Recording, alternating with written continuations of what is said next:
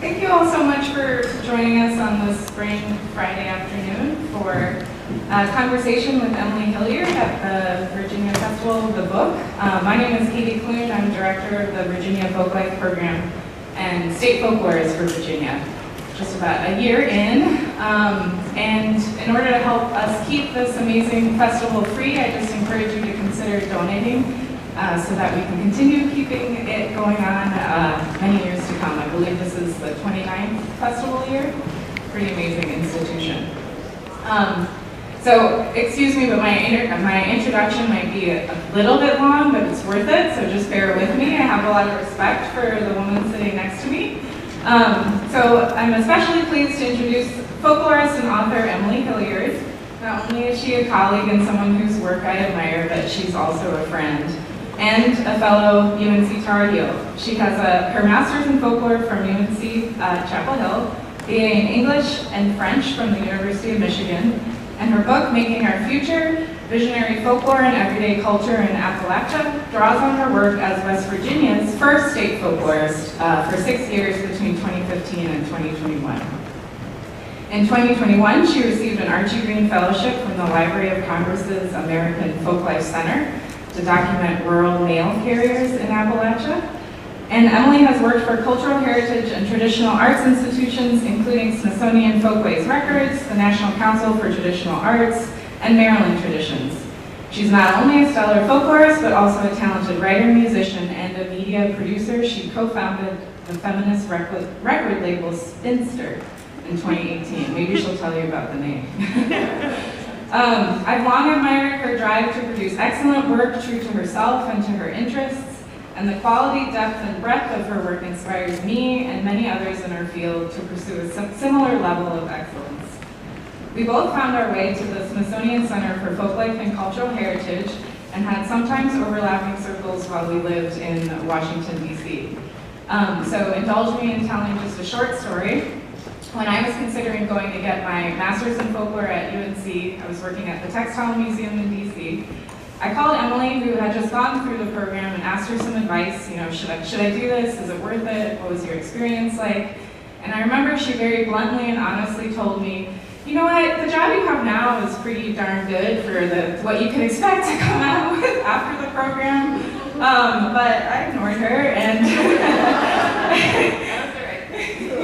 decided to pursue getting my academic folklore bona fides. And then just in 2020, Emily encouraged me to apply for the Virginia State Folklorist position, and I'm really grateful for her honest support there too.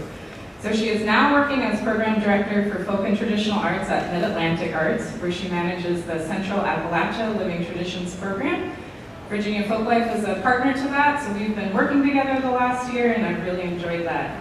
And before we dive in, and I'll have her read a little bit to kick us off, I also just want to share that Making Our Future was recently named a finalist for the Nonfiction Weatherford Award for books, both deemed as best illuminating the challenges, personalities, and unique qualities of the Appalachian South. Congratulations, Emily. So would you think, let's give her a round of applause. Thank you so much, Katie, for that very sweet introduction and the mutual affection and respect. It's mutual, yeah. Personally and professionally. All right, would you kick us off by reading a little from the intro? Yeah, so this is the book. I'm going to read a little from the introduction to kind of put us in place, to situate us into the work of a public folklorist, particularly a state folklorist, and then kind of set up the framework for the book, and that will lead us into our conversation. Oh yes, let's get up on the mic, they say. Yes. All right. I have spent much of the past 6 years traveling in and across West Virginia, crisscrossing mountains, hollers, creeks, and rivers along dirt roads and highways on fieldwork trips to interview quilters, fiddlers, striking teachers, gospel singers, miniature makers, independent pro wrestlers, neon sign makers, herbalists, marble collectors, gamers, woodworkers, playwrights, pastors, turkey call makers, and more. I've been welcomed into homes, farms, churches, and workshops, and spent long afternoons around kitchen tables, sharing meals prepared by home cooks of traditional Filipino, North Indian, Greek, Swiss, and the particular amalgam of predominantly Scots-Irish, German, Native American, and African American cuisines now thought of as Appalachian foodways. I've eaten a lot of hot dogs and pepperoni rolls. I've attended a Lebanese Marajan festival, a Baptist singing convention, local independent wrestling shows, ramp suppers, and Serbian chicken blasts, visited a Hare Krishna temple, gone two-stepping, harvested sorghum, and been a guest at a Ramadan fast-breaking dinner. I've toured farms and gardens and studios with dogs and cats trailing along as their owners shared family stories and personal accounts of their work, artistic inspiration, and on a few occasions, divine visions. I've been given several dozen fresh eggs, a handmade broom, a hand-hewn wooden bowl, a rug cooking kit, loaves of salt-rising bread, books, plants, and reel-to-reel tapes. Many of the people I've worked with I now call friends. The intimate glimpse I've been offered of this place has been entrusted to me with extreme generosity, openness, and intention. And jumping ahead here.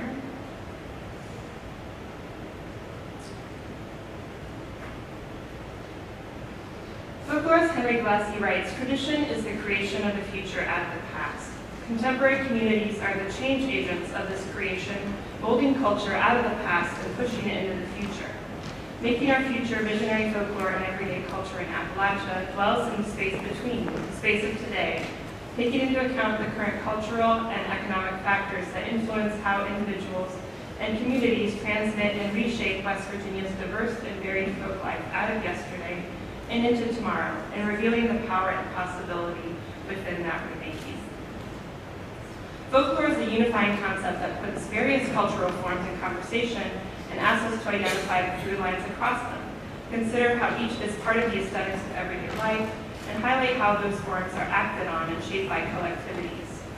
Making Our Future operates within that conception, examining how communities in West Virginia engage with disparate forms of folklore, the collective counter-narrative of a community museum, women's non-professional songwriting and country and gospel traditions, traditional Swiss foodways and material culture, the sense of place derived from the writings of Reese E.J. Pancake, who had roots in Charlottesville as well, he went to UVA. The expressive culture of the West Virginia teachers' strike portrayed in memes and protest signs, the amalgam of the popular and the vernacular embodied by the West Virginia hot dog, the dialogic storytelling of independent pro wrestling, and the post-apocalyptic West Virginia rendered and shaped by players in the video game Fallout 76. I consider why those forms are meaningful, account for them, and identify common threads across them, all as part of the makeup of modern folk life in West Virginia. Just one more part here from the end of the introduction. As Frank Crotian writes, social functions and deepest meanings of folk traditions are often displayed most clearly and compellingly at times of social stress. There's not a better place to examine how that works in West Virginia. Long approached effectively as a sacrifice zone by governmental and corporate entities, West Virginia communities have experienced the violence of industrial corporate greed, bearing the brunt of the environmental and social disintegration it brings.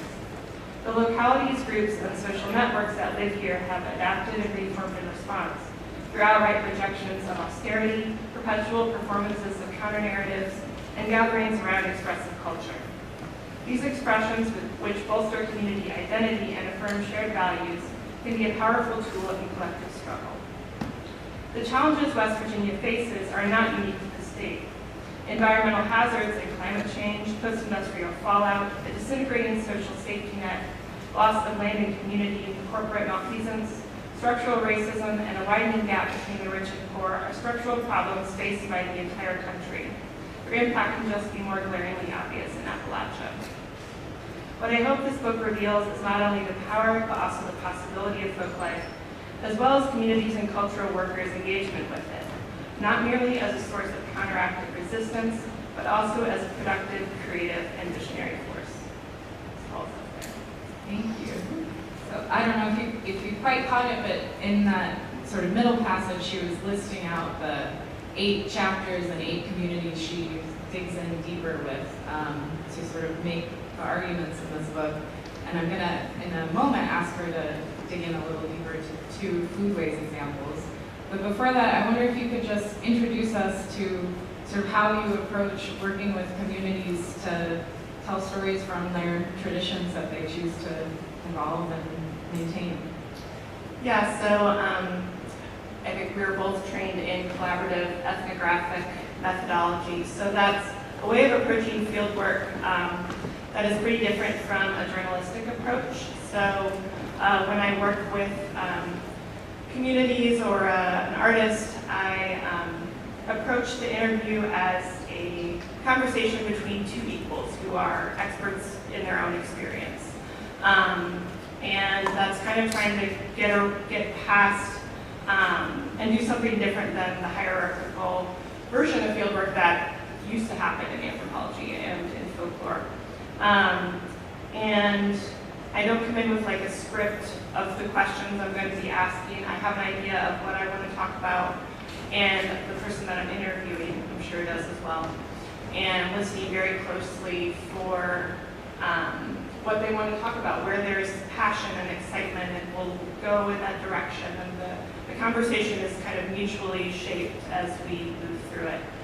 And then every time, there's going to be an outcome from the interview, or even before that, sharing the transcript with them, sharing the audio interview, perhaps, because often if you're sitting just with some person in their kitchen and you have formed kind of a friendship and a trust, they might confide something in, with you in the moment that they don't, in reflection, really want to be in the archive. And it's something that they shared with you, but they'd rather not, have that be publicly accessible. So they might ask for that to be removed. Or they might also help you with spelling of names, or kind of like a fact-checking situation. And then also if you're writing about it or producing a radio piece, then they get to hear a draft before that goes out to the public, and then their feedback kind of shapes what the public ultimately sees. So these chapters were read by the people who I write about, and usually, I would say almost always it makes it better. And there's also, cases in ethnographic texts or folk life writing where the folklorist and the person who is being interviewed have a different opinion or a different interpretation of the work. And often people let those two kind of conflicting or different interpretations just sit together side by side rather than one, overriding the other.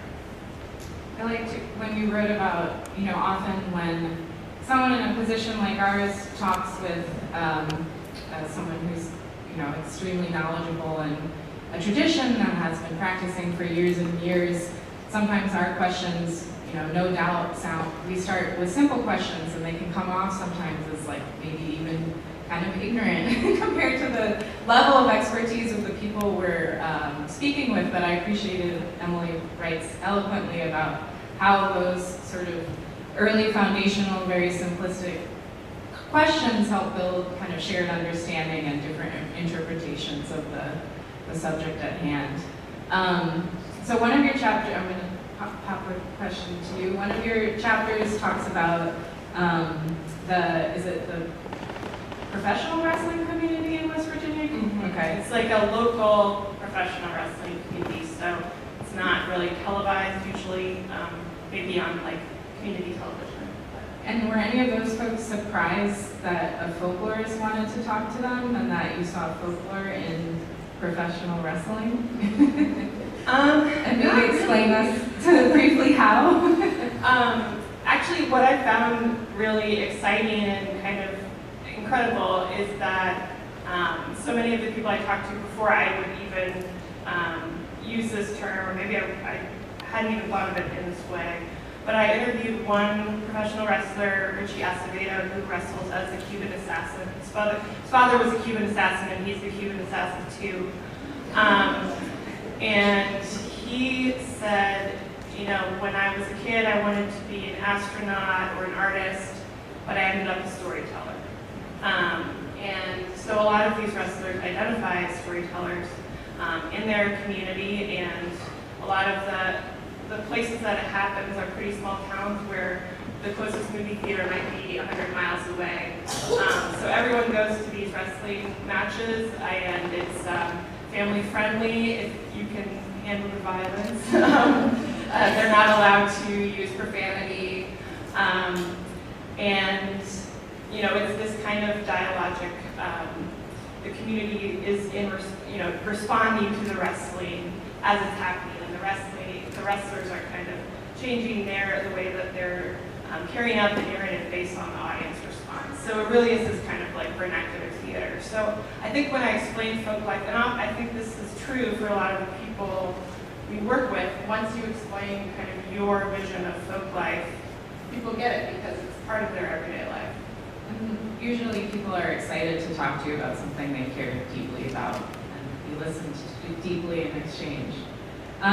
So before I ask you to dig into a couple chapters more deeply, I want to just touch more on the organizing principle of making our future. That, as you put it, quote, expressive culture can leverage power and create solidarity, end quote. Why are community traditions so powerful, even in the face of some of the more destructive forces of capitalism that you certainly see in West Virginia? Yeah, well, I think Lynn McNeil has written about folk life. You can kind of think of folk life as a desire path. So a desire path, you know, say that there's a park or a college campus, there's the sort of sidewalk, the official sidewalk that's paved, and maybe it's like this kind of right angle. And then there's the place where people have taken the shortcut and carved the path, and it's dirt. But they've created a path where there wasn't one that they desired. So folk life is very much like that. It is this community-shaped form.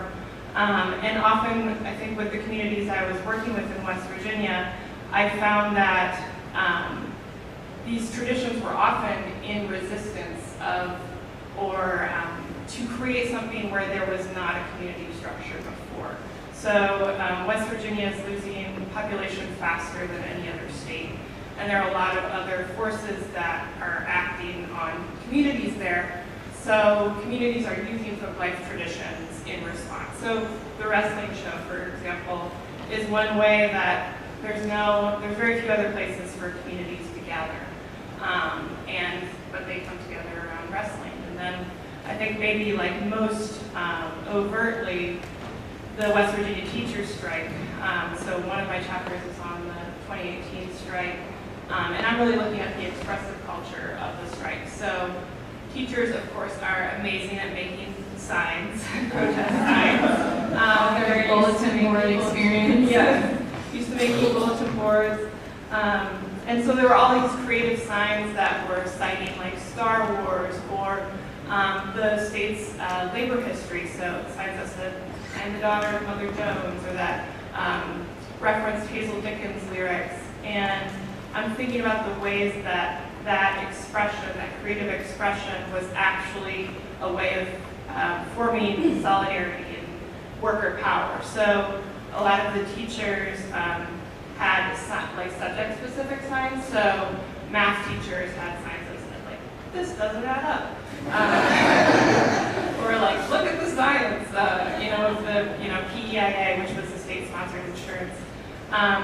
And so then teachers who taught the same subjects across the state were finding each other on the steps of the state capitol and exchanging emails and saying, "Let's stay in touch and let's talk about curriculum development." And so it was a way that teachers were forming these networks through their expressive culture. So yeah, that's really kind of what I'm trying to convey in the book, is the way that tradition can be this subversive force. Or just a way that community can kind of hold itself together. I appreciated that you cataloged all the documentation of protest signs that you captured into, I think, 9 different categories. Very impressive. The taxonomy of protest. So in chapter 6, which is titled Friends of Coleslaw, you became a bit of a weenie wonk, and writing that hot dogs are a kind of cultural mirror, despite the fact that hot dog joints don't qualify for cultural heritage grants. Should they? Well, I will say that this is, I think, in a footnote, but your predecessor, John Lohman, did award an apprenticeship. Is he here? John, yes. So John did award an apprenticeship, Folklife apprenticeship to a hot dog practitioner, which is great. But I will say, so when I moved to West Virginia, I realized that there was something up with hot dogs there. Like everyone has a hot dog opinion about what goes on a hot dog, a West Virginia hot dog, which is usually chili, slaw, mustard, and onions.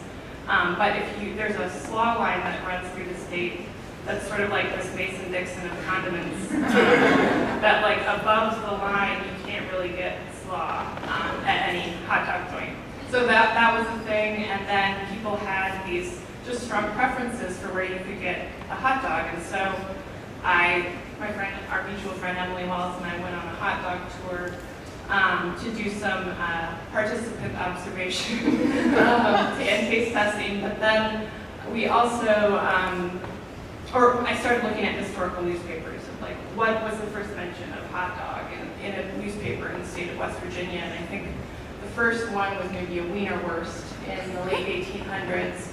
But what I found was this kind of robust immigrant history and working class immigrant labor history. Also, most of the people who are working at hot dog joints now in West Virginia are women, in a precariously employed and not making above minimum wage most times. So in 1922, I found evidence of what I call the Great Fairmont Hot Dog Stand Wars. And all the hot dog joints at this time were mostly owned by Greek immigrants. And in the editorial section of the newspaper, there was this attempt to shut down all these hot dog joints that were owned by Greek immigrants and were catering to the city's working class, which was kind of expanding with migrants, black migrants from the South, immigrants from Europe, and people who were moving to Fairmont from more rural areas to work in the city's factories and coal mines. So I guess the roundabout way to answer your question is, and in food studies too, we also think about like it's never just about the food. Whenever you look at something, there's always labor, and there's always gender, and there's always race. So there's that history, and then just the fact that hot dog joints are really important community spaces in West Virginia, kind of like the wrestling show. In the coal fields, I would be doing field work, and there wouldn't be much else in town, but there would be a hot dog joint. And everyone claims to be the best. Yes, everyone has, best hot dogs in town kind of thing. And it's a place you go after you win a baseball game, or on a first date, or after a funeral. But it's not like these places are winning James Beard Awards or National Heritage Fellowships. So I think one of the things I'm really advocating for in this chapter is to pay attention to this kind of triviality barrier and these cultural forms that might be seen as juvenile or trivial and not taken seriously, because it really is an important part of the cultural makeup and the cultural landscape of West Virginia. And I think, both in West Virginia and Virginia, the state folklife programs are housed in the State Humanities Council as opposed to in the Arts Council. And that allows us to be a little bit more expansive in the types of community traditions that we support. We don't have to say, we're supporting the art of hot dog making, but rather just sort of take it at its face value and understand the importance of those kinds of symbols for communities. Okay, so staying on the foodways side of things, the chapter that represents the longest span of research is, and I'm going to read out the name because it is so descriptive. Up here, you use what you've got, foodways and the elasticity of tradition in the Swiss community of Helvetia, West Virginia. And then this also includes some of my favorite lines in the book, so I was wondering if could you maybe read a little bit and then introduce us to your work in Helvetia? Yes, so this was at the end of the chapter, right? 99.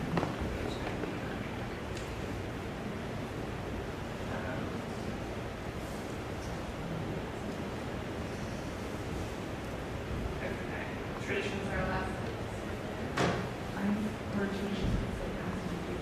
Okay. Yes. Okay, sorry, I found it. Tradition puts the past and the future in conversation. Traditions are elastic. They mutate and evolve as they encounter and enter into dialogue with influences inside and out, local and local. The grandmother who adds whiskey to the printed recipe, the friends who decide to try powdered sugar instead of granulated this year, the home cook who swaps her lard for vegetable oil and an heirloom tool for a smaller, more practical version to feed a crowd, the Midwesterner folklorist who learns to make rosettes from the home cook, finds her own iron online and introduces the treat to her friends, the granddaughter who learns about a Turkish tradition from said folklorist and adapts it for her West Virginia Swiss community. And what better symbol for this than a rosette iron, a physical embodiment of that past and future negotiation. Metal forged centuries ago will make fresh rosettes tomorrow. So this is what a rosette iron looks like. And so in this chapter, I am looking at foodways in the Swiss town of Appalachia, West Virginia. It's population 59 in Randolph County in the mountains. And it sort of went through a kind of period during the World Wars when it suppressed its Swiss-German heritage. There's a town nearby called Adolf. And there was sort of some newspaper articles that I found about the German sentiments or perceived German sentiments during World War II. But then in the 60s, a woman returned home to Helvetia and said, this is being lost, we need to celebrate our Swiss heritage. And she started a restaurant called the Gute, which is still open. It's wonderful, I highly recommend you take a visit there. And they started up their Fastnacht celebration, which is their pre-Lenten festival. And it still exists today. Basically, you convene in one of the town's dance halls. There's two dance halls for a town of 59, so you can tell that dancing is a party. And they parade in papier-mâché masks from one dance hall to the other, and then they have a square dance under an effigy of Old Man Winter. And at midnight, they cut him down from the rafters and burn him on the bonfire, and everyone sings Country Roads. Very Swiss song. But the way that I'm looking at the way tradition has evolved in this town, in the foodways, but also in these kind of community festivals. Things like a rosette recipe was really written for hundreds of people when there was a big family gathering or a wedding. And then the way that they changed the proportions of the recipes so they can make them for the small families we have today. Or because they're very remote, if you don't have powdered sugar, you might sprinkle granulated sugar on it because it's like an hour drive to the store. And thinking about the way that tradition is really dynamic. I think in kind of mainstream perceptions of folklore, we often think about the old-timey ways and preserving things, but that's kind of a false notion. Things like folklore has to change to stay relevant, otherwise it becomes a reenactment. So in order to stay relevant to this town and for its community, it must change, otherwise it dies. And so folklore kind of contains both of those things, and it's this constant negotiation as it moves through space and time. Was it hard to choose among all your work in West Virginia the 8 sort of communities you highlight in this book? Yeah, but I think what I wanted to do was really look at the community base, like communities coming around a tradition. So there are a lot of people I interviewed, like more singular artists who are working within a tradition. But I chose, it was sort of like halfway through writing the book when you realize what the book's actually about. That I realized, oh yes, this is what I'm doing. I'm focusing on community and the way tradition is being used as this like form of resistance or of bolstering community. So I really wanted to highlight those.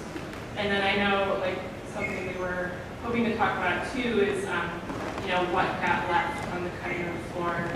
I think one of the chapters is like in the ideal world, I don't have a good, like, contemporary immigrant story in the book, and I had started doing work in Moorfield, West Virginia, where there's a chicken processing plant, and a lot of refugees and immigrants have moved there from all over the world, and I had started to do that right when COVID hit, and it was just because there had been an outbreak in the processing plant, and just with like some of the precarious nature of the work and like immigration status of some of the workers, it just felt like it could actually do harm to put this in a book. And that's also something, you know, folklorists have to think about. I do think there might be an investigative journalism piece there for any, not for me, but for any investigative journalism. But I did eventually get to do a story about an Eritrean and Ethiopian coffee ceremony that some of the workers do, you know, at home during their spare time for West Virginia Public Broadcasting. So I got to do a little bit there, and maybe I will go back in the future, but that was something I didn't get to cover. So, you know, as you make clear in the beautiful opening where you describe the variety of people that you spoke with and interviewed and photographed and spent time with, doing that kind of documentation of artists and community leaders is very much kind of standard operating procedure for state folklife programs. But I often sort of wrestle with, you know, these programs were set up in the mid-70s, and since then media has completely transformed. We're all documenting ourselves and each other all the time. So I wonder if you could speak to the value of continuing this kind of work. Yeah, well, I would say that self-documentation is really important, and like self-ethnography is certainly valuable. And I think one of the things I didn't get to do in West Virginia was set up a community documenters program. And I know Jenny Williams, the new West Virginia State Folklorist, is working on that. But helping people learn how to document their own communities and their own families. And so I think that is definitely important and something that you know, state folklorists can do to encourage that. But I also think that there is something too with the dialogue, especially, you know, I'm not from West Virginia, and I was a little nervous about that, and, you know, well aware of the history of cultural and resource extraction in the state, and I didn't want to do that in my work. And was always kind of aware of that. But there is definitely value in an outsider perspective coming in, and I find that there is sometimes people can't imagine why I would be interested, and then after the interview, it maybe has sparked a new perspective on their own work. And then I also think, you know, state folklorists do a lot of work to try to funnel money in to support traditional artists.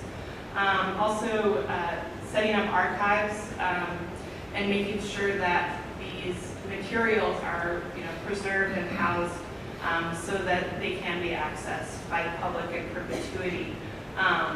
One of the things I always say to like organizations I'm working in, like a YouTube channel is not an archive, Flickr is not an archive. Those platforms could, you know, go bankrupt tomorrow and everything would be lost. So really working with archival preservation to make sure materials can be accessed in the future is important as well. And did you find that the people you interviewed got as excited about you as the prospect of their materials being in an archive, or was that more on your shoulders?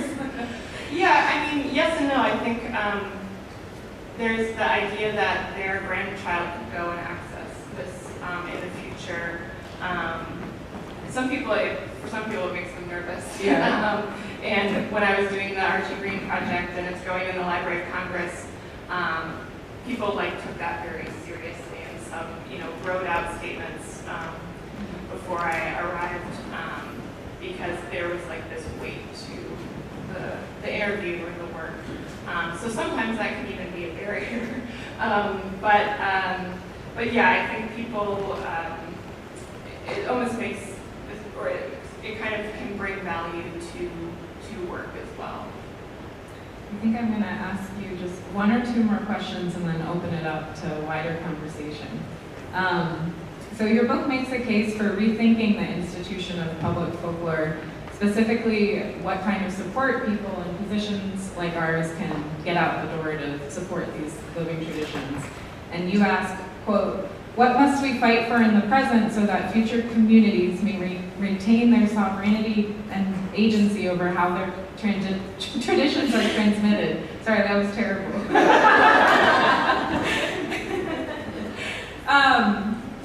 But how would you begin to answer this question? How can we rethink the kinds of support we're getting out the door for? Yeah, well, I wrote something down that St. Williams-Forson said in the previous session. This was about food and blackness, and she said, "Ask what we want, what we know, and who we are." So I guess that is to say I would first start with the community itself that I'm working with. What do you want? And that's something, as I've kind of thought through this visionary folklore idea, making sure in my interviews I'm asking, what is your ideal future for this community, and what is your ideal future for this tradition? How do you want it to live on into the future, to the next generation? And I find in Appalachia, we can't have that conversation before we talk about meeting material needs of communities.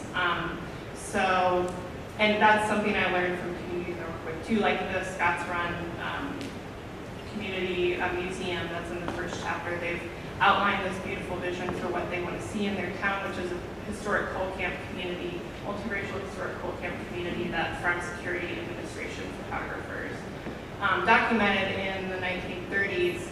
And you may have seen these photos. They're on the Library of Congress website. It's Ben Shawn and Marion Post-Walcott, Walker Evans.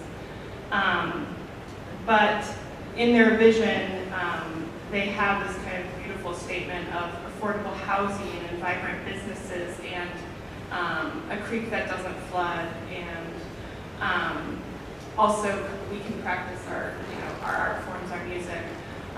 So I think this can kind of be obvious, but also overlooked in our work sometimes, is that you can't extract, or you can't kind of separate ability to practice cultural traditions from the material conditions of a community. So if people are worried about where their next meal is coming from or where they're going to live, it's really hard to make a quilt or whatever the tradition is.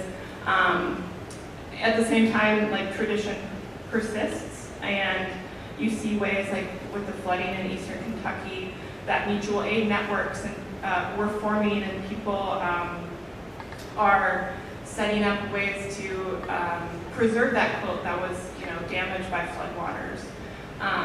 But I do think in my own work, kind of seeing the limitations of the arts or humanities nonprofit to not be able to address these material needs was really difficult in a place like West Virginia, where there are all these forces that act on community and prevent people from practicing the cultural traditions and living that kind of holistic life. So yeah, I'm thinking about more things like general operating support. I mean, this is all non-profit lingo, but ways we can just give unrestricted money when a funder comes through, so people can use it in whatever way they need, and whether that's a community center or materials or rent. I think you can't really separate those things from each other. Absolutely, and another question in interviews that gets at that is also what barriers stand between what barriers are there to threaten the practice of this tradition, and you'll often get, time, money, sort of essential needs of life. Yeah. So before I open it up to the audience for questions, I want to just give you an opportunity to share the related album release Spinster is working on. Yeah, so in the book, one of the chapters is on non-professional women songwriters. So 4 women from West Virginia who write kind of in various ways, like as a personal practice, for their union, for labor struggle, for their church, for their families, and just kind of as a journal writing exercise. But one of the women, Ella Hanshaw, she passed away 2 years ago, but she had written original gospel songs that her husband and another couple performed throughout churches in West Virginia in the 80s and 90s, and she's an incredible songwriter. While I was communicating with her granddaughter, she found all these tapes of these lonesome housewife country songs that she had written when she was really young. And I'm getting chills talking about it. They're just so beautiful. And you could kind of hear her kids playing in some of them. It just seems like she's recording it in a back bedroom or something. So we're working on a release of that, so it'll be half secular and half gospel. And probably have some robust liner notes about her as well. When can we expect that? Well, who knows? It's present plans these days. Soon. There's a pressing plant professional in August. But yeah, hopefully either end of this year or early next year. So please raise a hand if you have a question for Emily, and we've got Ray here who can bring a microphone over to you. I don't think I need more questions. Oh, yeah, first, I just wanted you to repeat Ella's last name. Hanshaw. Hanshaw. Okay, thank you.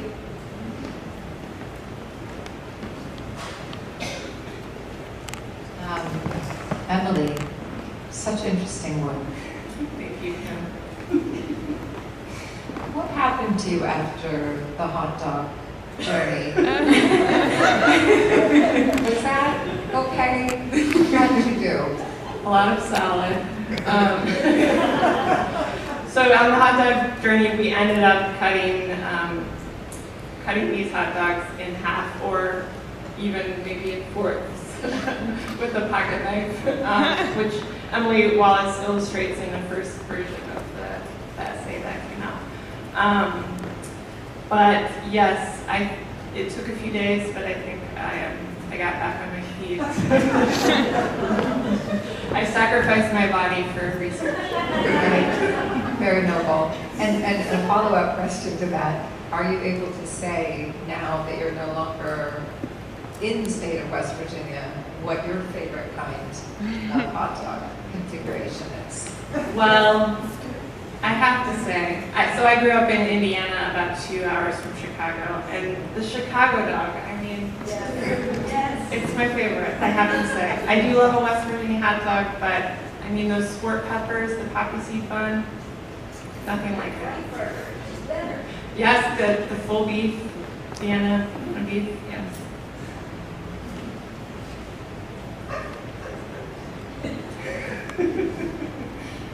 Got one in the back. I'm very used to using the microphone. But Kurt Vonnegut in Cattsburg has these Hoosiers on an airplane, and he makes up words for the book, and he calls it a false caress. Can't quite So hear. it is. Can you be a little closer? I'm Yeah. talking about a false caress, a word that is made up by Kurt Vonnegut in Cattsburg. And so I'm wondering if this study of Appalachia that's been going on that says that somehow Appalachians are different, is that is sort of a false cuirass. Because the Appalachian Regional Commission spent a lot of money on highways. It's very easy now to get out and go somewhere else. You did mention it has the highest rate of exodus. They're going to Charlotte now. In my generation, we went north. Mm-hmm. So I'm wondering if it's not in the same situation that a lot of the U.S. is, that there's very little community anymore. And one of the reasons, various reasons, but is the internet and the digital communications, and so people can communicate over vast distances and make friends and acquaintances over vast distances. The thing that, it might be like other rural areas in the United States. It might be like rural Indiana or somewhere else. So I find it kind of unusual that people are still interested in Appalachia, and particularly that West Virginia is Appalachian, because the Appalachian Regional Commission is parts of many other states, including Western Virginia, and I know Western Virginia is not very different from West Virginia. And Western North Carolina may not be very different from West Virginia. People now, there's 2 great universities there. A lot of people go to school, but they often leave. They work 20 or 30 years somewhere else and come back maybe. But it's like modernism everywhere. It has some of the same modern problems. And the greatest difference may be the resource extraction. Historically, the mountains have been where the East Coast and much of America has gotten its lumber. All of that state was clear-cut around 1900, completely clear-cut. And then the extraction of coal was done in the deep mines, but the UMWA, the workers' union, is pretty much nil anymore. And it's all done by strip mining. Did you happen to go to Boone County, where it's completely stripped? Yeah, that's actually where the rest of the chapter takes So place. I guess my question is, why focus on West Virginia or Appalachia, since there's not that much difference? And another thing, I would recommend a book called The United States of Appalachia. I don't know if anybody wants to- Okay, we'll have Emily address the question. Why focus on, what's the value of focusing on Appalachia today?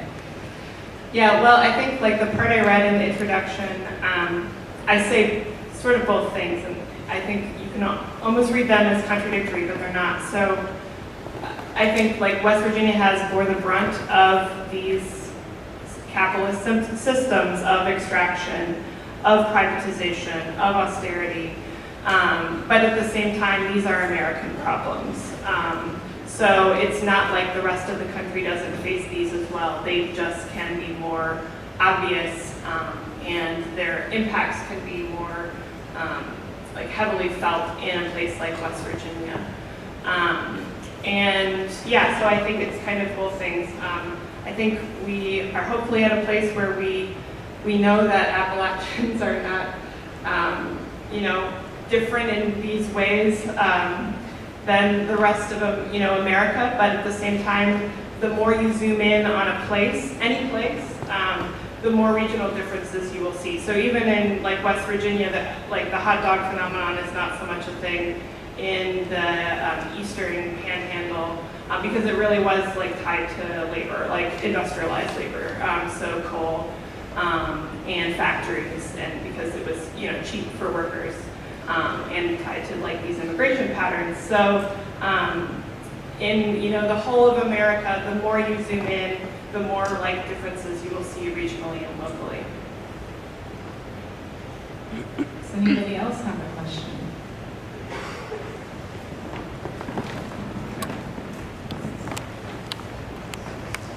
Thank you for this talk. I'm wondering about who you're imagining that your audience to be? I think for a lot of people who are interested in like folklore and like transmitting these traditions, it always becomes a question of like, well, like where am I going with this and why, you know? And so I'm just curious to hear about that. Yeah, so there's kind of a double audience. So one is folklorists and cultural workers.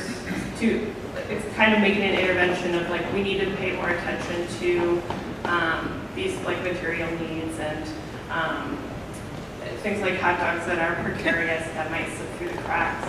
But at the same time, I'm also writing for like a broad audience that is interested in culture and Appalachia and doing documentation work. Because I think, you know, I was seeing as I was working on the book, and I think it's still maybe a prevalent question of how do we do this work in communities not our own? How do we work across positionalities and identity differences? And I think folklore has a really good model for that. And also, you know, kind of in the pandemic, there's been a lot of calls for like a new WPA and Federal Writers Project. And I do think like folklore programs have been doing that work and could use more support. And it would be amazing if there were more folklorists, you know, all over a state, more support for this kind of work. But at the same time, I also see people doing folklore work who aren't necessarily folklorists, or they don't call themselves folklorists, and they're working in community gardens and they're addressing food insecurity and they're documenting their own communities. So it's for those people as well. And I know this book also draws on chapters you published previously for more general audiences, like there's an NPR radio show about the work in Helvetia and maybe an Oxford American piece about Southern Foodways Alliance. So while this book is, you know, speaking to one audience, Emily addresses other audiences through other media in her work. Any final questions?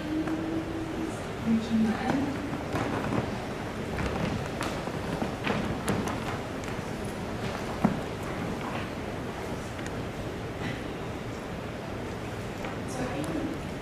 So how do you recommend that we support those people in communities to preserve that folklore tradition so they don't feel like they have to, in order to meet their personal needs, be part of this diaspora?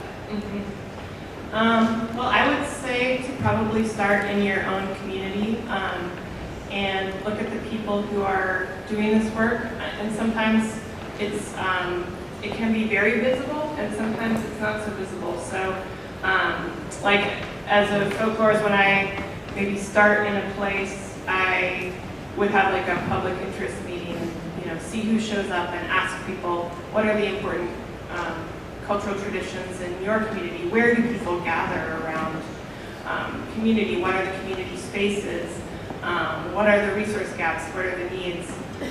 Also looking at restaurants that are, you know, preserving or, you know, selling food of different cultures of immigrant communities that may be present in an area. But also thinking about like looking at your, you know, whatever the structures are for folk life where you live. I know one of the things we were trying to do, we started a foodways practitioner fellowship, and because there's so few systems of support for foodways practitioners unless you have a restaurant, so like seed savers, foragers, the church cooks who cook the, you know, sour beef dinner one night a year as a fundraiser for the church. So these kind of community practitioners who might not be paid for their work, but are carrying stories or recipes. So look for ways you can support them and ask them, you know, what they need. But also, you could start with like your state folklorist or someone more locally who's kind of invested in this work. Public librarians are also really great resources. That's also a place I would start. When I went into a community, I would go to the public library and often would have interviews at the public library And there were like public librarians in West Virginia who would just like call people and say, she's here right now, can you come down? So yeah, I guess look for the people who are kind of embedded in community already. Unless there are any other takers, I'll take the final question. Anybody out there? All right. Close it out. I came in just a minute late, and I can't wait to read the book. Get a couple copies, pass them out. But I'm wondering, you probably covered music as a folklore, that's in the book, other than the Spinster project. What else did you cover musically? Yeah, so In in the book, the only devoted chapter to music is the non-professional women songwriters chapter. But there is kind of music throughout the book with the teacher strike. Wrestling walk-on. Yeah, wrestling walk-on music. I did a playlist for Large Hearted Boy with some of the like musical elements of Country Roads, of course, comes up several times. It's always like people just singing the whole time in West Virginia. But yeah, like outside of the book, other work in music. We had an apprenticeship for a black gospel and blues apprenticeship, a lot of old-time music, country, Polish accordionist who used to do a polka mass. I think the new priest in his community put an end to that, but he used to do this polka mass. What else? A lot of instrument makers.